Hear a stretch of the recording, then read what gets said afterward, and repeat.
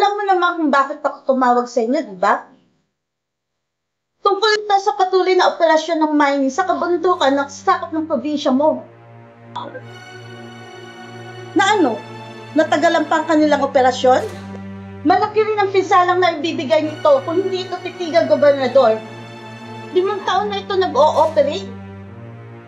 At sa tagal nito, nagkaroon na ng mga pagbaha. At mga mamamayan.